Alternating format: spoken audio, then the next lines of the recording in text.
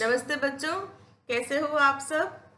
So here we are with the chapter first of the class 11th, the living word. So the word living, I have a question for you. What is living? So in general you can reply that any organism which show characters like growth, reproduction, ability to sense the environment and mount a suitable response, and show the metabolism. So these are the organisms which show these characters are considered as the living beings. Okay, you are right. But no doubt, these all are the characteristic features of the living being. But we have to study here the defining properties of the living beings. So what is the difference between characteristic feature and the defining property? Characteristic feature, it may be exhibited by the some non-living organisms also. But the defining property, when there is no exception for the characteristic feature, then we consider it as the defining property of the living beings. So we will study all these properties. So let's start with the first one, that is the growth. Increase in mass and increase in number, दो points जो है वो आपको ध्यान रखने हैं. So these two are the twin characters of the growth parameter. Okay, what are the two characters? First one is increase in mass and second one is the increase in number. Okay, so now we will study the growth under two headings. Number one is the growth in the multicellular organisms. All the multicellular organisms, they grow by the cell division.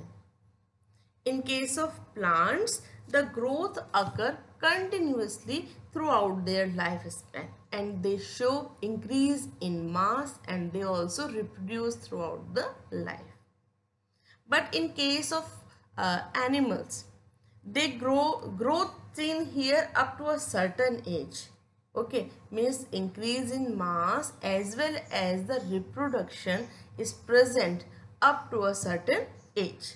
Okay, although cell division occurs there throughout the life cycle, but it is just for the maintenance of the cellular status, means repair of the body or replacement of the existing lost cells. Okay, but increase in mass and increase in number, these two parameters are up to a certain age. Okay, and in case of multicellular organism, growth and reproduction both are mutually exclusive events. Okay, means we can differentiate between both the event, that the organism is attaining the increase in mass, means the growth, and after that it is going under the process of reproduction. Now let's come on the unicellular organisms. In case of unicellular organism, there is increase in mass, or it means the cell show growth, but it is not very remarkable. So here there is mass, increase in mass and increase in number, both looks synonym. Okay, example, if we take an example of amoeba, in case of amoeba, there is the cell attain a slightly increase in mass and then undergo for the process of binary fission. So it is clear that all the living organism, whether it is multicellular or it is a unicellular organism, all are showing the process of growth. But now come into the take some examples of the non-living organism like mountains, boulders, and sand dunes or sand mounds. So they also show growth, they also increase in mass. Okay, but here there is a difference between the increase in mass or the growth of these non-living organisms and the living organism. What is the difference? The difference is, in case of these non-living organism, growth is due to accumulation of the material or the particles on the outer surface. But in case of living organism, the growth is cellular. It is inert. It means it is from the inside. So there is a difference between the growth in non-living organism and in the living organism. But growth is present. It means there is exception in this parameter. Hence, we cannot consider this parameter as a defining property. This is no doubt a characteristic feature of the living beings, but it is not a defining property of the living beings. So let's move on the second characteristic feature of the living being. It is reproduction. Reproduction. It is the production of the progeny. There are two modes of reproduction. One is known as asexual mode of reproduction and second one is known as sexual mode of reproduction. In case of sexual mode of reproduction, where the male and female gamete they fuse, means fertilization takes place, and after the fertilization it will produce the new young one. Okay, and whether in case of sexual reproduction we have many methods for in case of asexual reproduction we have many methods like the binary fission in amoeba. Next example we can quote here is fungi, where fungi reproduce through different types of asexual spores. And next one is the example is the regeneration in planaria, where the fragmented organism will regenerate the lost part of its body and become a new organism. And in case of bacteria, where the cell reproduce through binary fission. And in case of hydra and yeast, we have studied the method of asexual reproduction is budding. So whether the organism is multicellular or unicellular, they all reproduce and give rise to new progeny. Okay, so this is a characteristic feature of all the living organism, and no non-living organism or object is capable of reproducing or replicating by itself. It's clear. But here I am going to quote some examples like moles, sterile worker bees, honeybees, and third one is the infertile human couple. So whether these three are non-living? No, it's not. These all are also living because they all are showing the characteristic features of the living beings.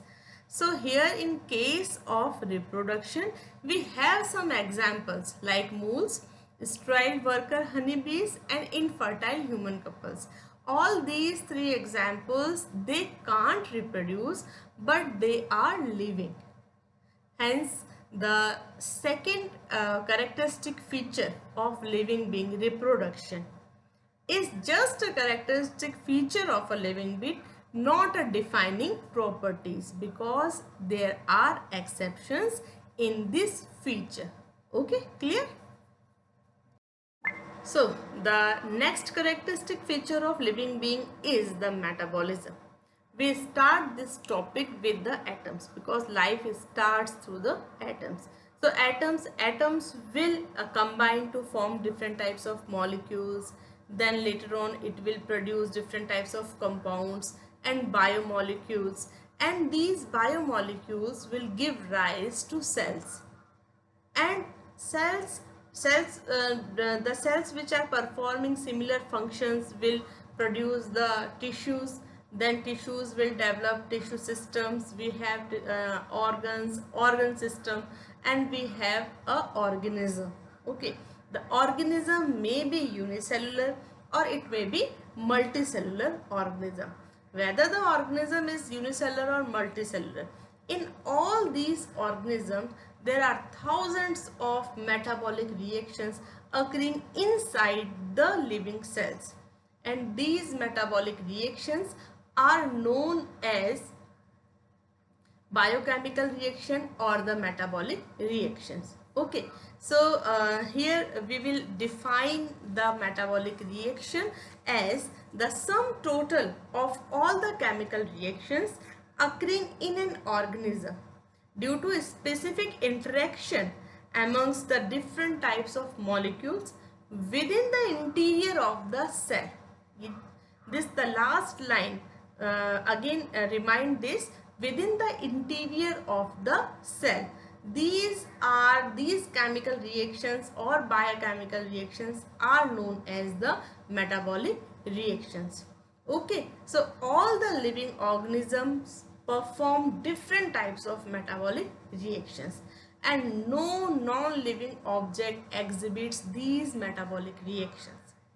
Just I quote an example here, the process of photosynthesis. Okay, plants are known as the producers in our ecosystem, and the plant cell perform the process of photosynthesis, and we cannot perform this all reaction in vitro, means inside the test tube, yet we are not able to perform these metabolic reactions outside of the body of an organism. We have carbon dioxide, we have water, and we also have the sunlight, but still we can't produce the carbohydrate. So just think here, the importance of the cellular organization which facilitate the completion of this reaction, or which provide the appropriate environmental condition to perform all the metabolic reactions. Okay, so here the cellular organization and the metabolism, both the characteristic features of the living beings, there is no exception for these, and that's why we consider these two as the defining property of the living beings. So the last characteristic feature of the living being is the consciousness. Consciousness means awareness of the surrounding.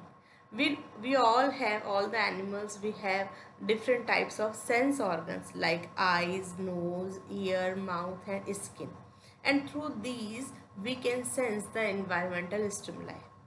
The environmental stimuli, it may be the physical, chemical or the biological, and we sense these stimuli and respond against this environmental stimuli. Not only the animals but the plants, they can also respond to external factors like the light, water, temperature, etc. So the whether the organism is unicellular or multicellular, small or big, all are aware of their surroundings, and there is no non-living organism or the thing which can perform this function or which are conscious. Hence there is no exception for this characteristic feature. So this is the consciousness. This is again defining property of the living organism. So by the end of this video, it's now clear that the cellular organization, then the metabolism and the consciousness, these three characteristic features are considered as the defining property of the living organisms. Okay, got it? Bye.